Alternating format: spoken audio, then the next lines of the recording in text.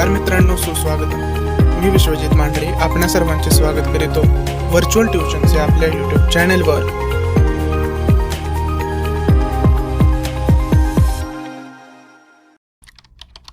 आता या चॅप्टरचं इंट्रोडक्शन देत असताना मला असं वाटतं की या चॅप्टरचं नेम इम्पॉर्टंट आहे, खूप इम्पॉर्टंट आहे, कारण तिथून तर आपण चॅप्टरला स्टार्ट करतो.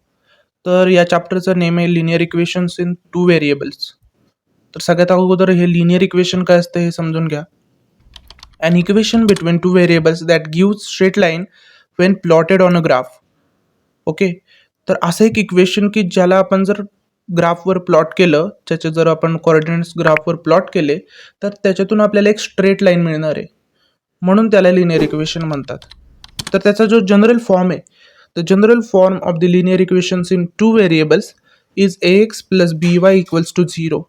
आता याच्यामध्ये बघा, जे ax आहे याच्यामध्ये जो a आहे आणि by मध्ये जो b आहे ते असणार आहेत आपले कोएफिशियंट्स, म्हणजे तिथे असणार आहेत आपले नंबर्स, आणि x आणि y हे काय असणार आहेत आपले व्हेरिएबल्स म्हणजेच alphabets. Is equal to 0 is equal to काही पण असू शकतं, 0 जस्ट आपण फक्त पकडलाय, त्याच्या पुढे आपण काही लिहू शकतो. मला तुम्हाला अजून एक्सप्लेन करायचं असेल व्हेरिएबल्स आणि कोएफिशियंटला, तर इन शॉर्ट मी सांगेल की variables are alphabets and coefficients are number in the equation.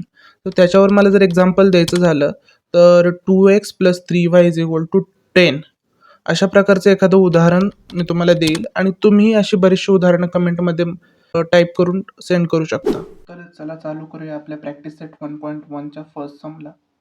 तर पहिल्या गणितात काय सांगितलंय की complete the following activity to solve the simultaneous equations.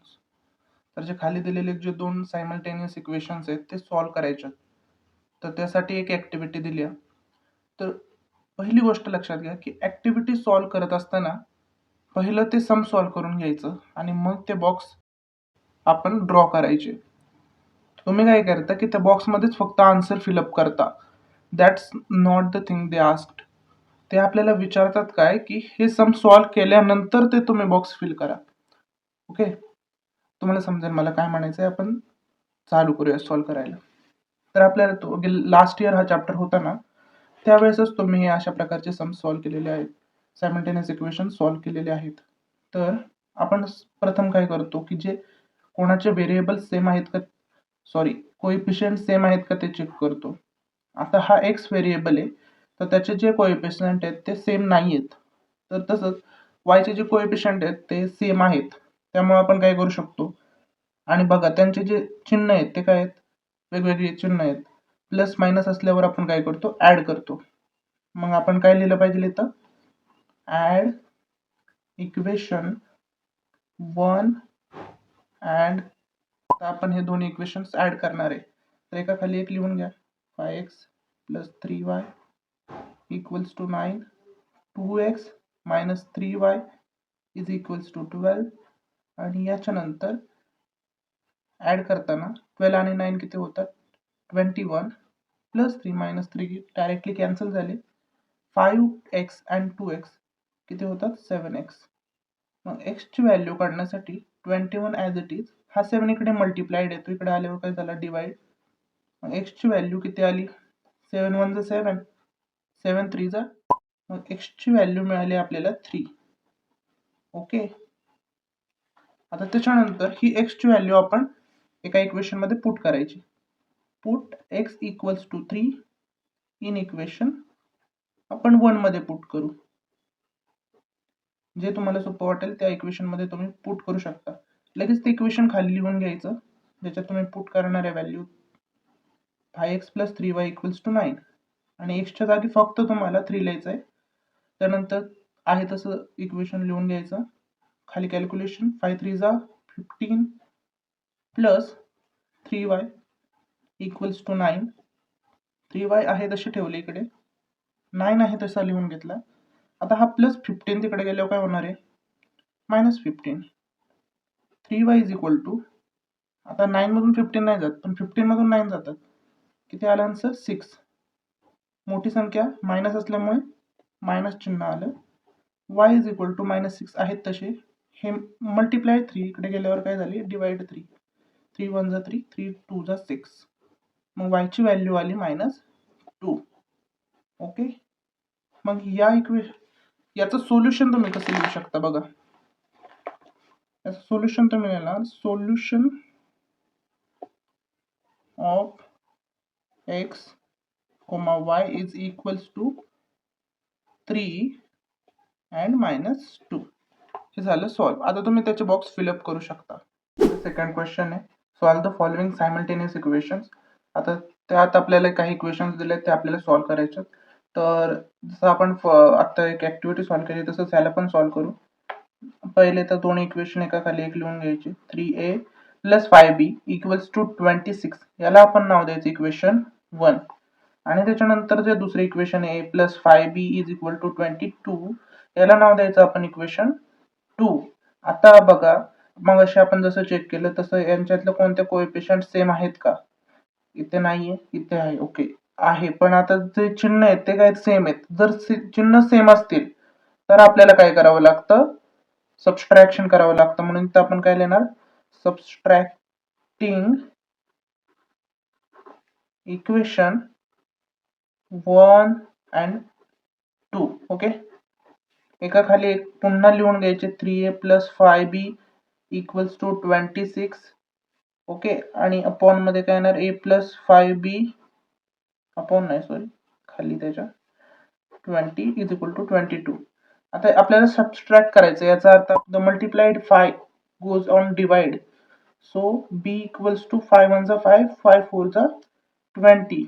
That's why b is equal to 4. तुम्ही असे लिहू शकता, solution of equation AB is equal to 2 and 4. Okay, ते सगळे चेंज होणार. इथे प्लस आहे, काय नाही म्हणजे प्लस असतं ते होणार मायनस. हे प्लसचं मायनस, या 22चं पण मायनस. मग 26 मधून 22 मायनस झाले, किती राहिल्या 4. Okay, plus 5b minus 5b काय झाले, कॅन्सल. 3a मधून a गेला, किती राहिले 2a. मग a is equal to 4 upon 2. मग a इज इक्वल टू 2 1 2, 2 2 4. याची व्हॅल्यू आली 2. आता याची व्हॅल्यू 2 ही आपण काय करणार, पुट करणार दुसऱ्या एखाद्या इक्वेशन मध्ये. मग put a is equal to 2 in equation 2 मध्ये करू आपण. पुट केली, पहिले इक्वेशन लिहून घ्यायचं लगेच. a + 5b = 22. मग a च्या जागी 2 + 5b = 22. 5b as it is, 22 as it is, plus 2 तिकडे गेलं -2 झालं. 5b = 20 and then b = 20. and आता हे जे सम आहे ते बाकीच्या सम्सपेक्षा थोडंसं वेगळे आहे. आता ह्याच्यात थोडंसं चॅलेंज आपल्याला असं आहे की याच्यामध्ये आपल्याला न्यूमरेटर आणि डिनॉमिनेटर म्हणजे फ्रॅक्शनच्या फॉर्मॅटमध्ये हे सम दिलेले आहे. तर ह्याला सोडवण्यासाठी आपल्याला काय करावं लागेल, एक सोपे ट्रिक, की फ्रॅक्शन काढून घ्यायचं. आपल्याला जसं येतं त्या नॉर्मल मेथडमध्ये करून घ्यायचं. ते करण्यासाठी मग काय करावं लागेल, की जे पहिले इक्वेशन दिसतंय, पहिले आपण इक्वेशन लिहून घेऊ. 1/3 x + y = 10/3. याला मी नाव दिलं इक्वेशन 1. आणि 2x + 1/4 y = 11/4 हे माझं इक्वेशन 2. आता बघा, आता जर मी या इक्वेशनला पाहिलं तर याच्यामध्ये डिनॉमिनेटर आहे 3, याला पाहिलं तर याचा डिनॉमिनेटर आहे 4. आता मी जर समजा याला 3 ने मल्टिप्लाय केलं तर 3 काय होणार, कॅन्सल होऊन जातील. हे 4 पण काय होतील, कॅन्सल होऊन जातील. म्हणजे आपल्याला रेग्युलर वाला सम मिळून जाईल. तर लगेच खाली लिहून घ्यायचं, multiply equation 1 and 2 by 3 and 4. Okay, आता लगेच मल्टिप्लाय केल्यानंतर काय तुम्ही डायरेक्ट मल्टिप्लिकेशन न करता सुद्धा डायरेक्ट आन्सर लिहू शकता. हा 3 आणि तो 3 कॅन्सल. मग काय राहिलं, फक्त इथे x राहिला प्लस 3y = 10. हे झालं आपले इक्वेशन 3. ओके, पहिले दोन आपण लिहिलेले आहेत ऑलरेडी. त्यानंतर इथे 4 ने मल्टिप्लाय करायचे. 4 2 8, मग हे आले 8x प्लस y. 4 4 कॅन्सल, इथे राहिला 11. इक्वेशन किती झाले, हे 4th इक्वेशन. आता बघा यांच्यात कोणताही कोएफिशियंट सेम नाहीये, दोन्ही व्हेरिएबलचा कोएफिशियंट सेम नाहीये. मग अशा वेळेस आपल्याला कोएफिशियंट सेम करून घ्यावे लागतील. मग त्यासाठी आपण काय करणार, एकाला मल्टिप्लाय करून घ्यायचं. आता समजा मी इक्वेशन 4 ला 3 ने मल्टिप्लाय केलं तर काय होऊ शकतं की हा 3y कोएफिशियंट सेम होऊ शकतात. 8 3 जा 24, इथे लिहावी लागेल एक लाईन, मल्टिप्लाय इक्वेशन 4 बाय 3. आता खाली लिहायचं 24x, 8 3 जा 24 आणि plus 3y is equal to 11 3 जा 33. टू बोथ साइड लिहायला विसरू नका, माझं राहिलं चुकून आता. बोथ साइड लिहिणं खूप इम्पॉर्टंट आहे, कारण आपण दोन्ही साइडला मल्टिप्लाय करत असतो. हे झालं v, इथे पण लिहा बोथ साइड.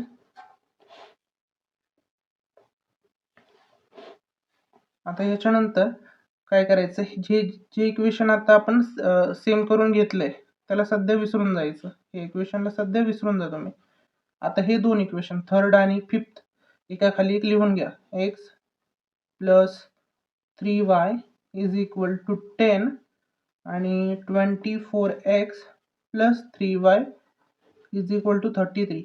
आता ज्यांचे कोइफिशियंट सेम झाल्यात म्हणजे 3y तर त्यांचं जे चिन्ह आहे ते काय सेम चिन्ह आहे. चिन्ह सेम असेल तर आपण काय करतो, सबस्ट्रॅक्ट, म्हणजे लगेच वरती लिहून घ्या, सबस्ट्रॅक्टिंग इक्वेशन थर्ड, नाव चुकीची लिहू नका, third and fourth, sorry fourth नाही फिफ्थ, नाव खूप महत्वाची आहेत, फिफ्थ. आता काय होणार, सबस्ट्रॅक्ट केलं म्हणजे सगळी चिन्ह काय होणार, चेंज होणार. आता 10 मधून 33 जात नाहीत, पण 33 मधून 10 गेले खाली उरतात 23. मोठी संख्या मायनस मध्ये म्हणून आन्सर मायनस मध्ये. Plus 3y minus 3y get cancel. आता याच्यातून x मधून 24 मायनस झाले, किती राहतात 23x. ओके, मोठी संख्या मायनस म्हणून मायनस. आता बघा हे मायनस आणि हे मायनस काय होतं, कॅन्सल. मग 23x इज इक्वल टू काय आलं 23. मग direct x is equal to तुम्ही काय लिहू शकता 23/23. मग एक्सचं आन्सर आलं 1. आता हे आन्सर तुम्ही पुट करायचं एखाद्या इक्वेशन मध्ये. कोणतं इक्वेशन सोपं वाटते त्यानुसार तुम्ही पुट करू शकता. मी समजा पुट करतो, put x equals to 1 in equation 3.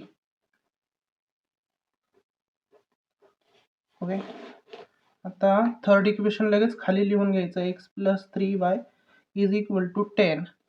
आणि आता याच्यामध्ये काय करायचं, ते पुट करून टाकायचे व्हॅल्यूज. x ची 1 plus 3y is equal to 10 आलं. 3y is equal to 10 minus 1, y is equal to 3y is equal to 9 and then y is equal to 9 divided by 3. Therefore y is equal to 3 1 जा 3, 3 3 जा 9. y ची value काय आली 3. तर आता बघा हे जे सम आहे ते बाकीच्या सम्सपेक्षा थोडंसं वेगळं आहे. याचं कारण काय की याच्यात आहे ना, जर तुम्ही नीट ऑब्झर्व केलं तर तुम्हाला दिसेल की जे x चे कोएफिशियंट आहेत ते नंतर दुसऱ्या इक्वेशन मध्ये तेच y चे कोएफिशियंट आहेत.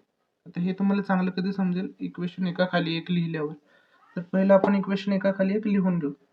99x plus 101y equals to 499.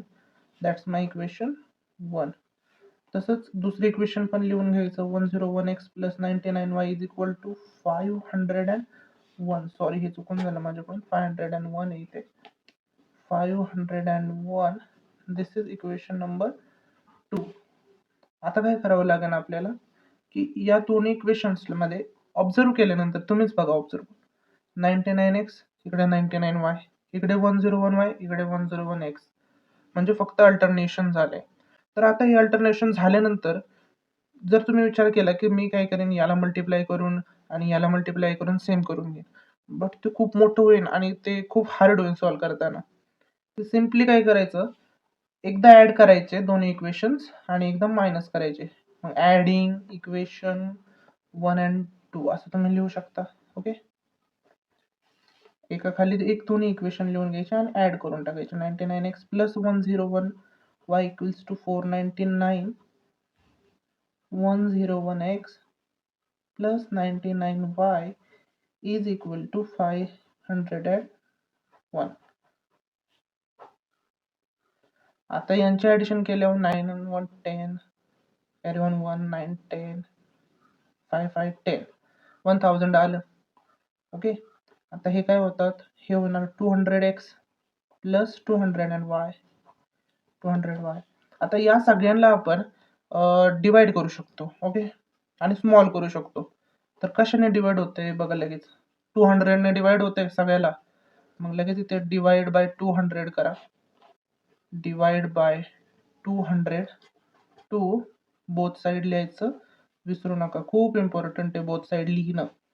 आता 200 ने मल्टिप्लाय केलं, इथे फक्त काय राहिला x, इथे राहिला y इज इक्वल टू किती राहिली इथे 500.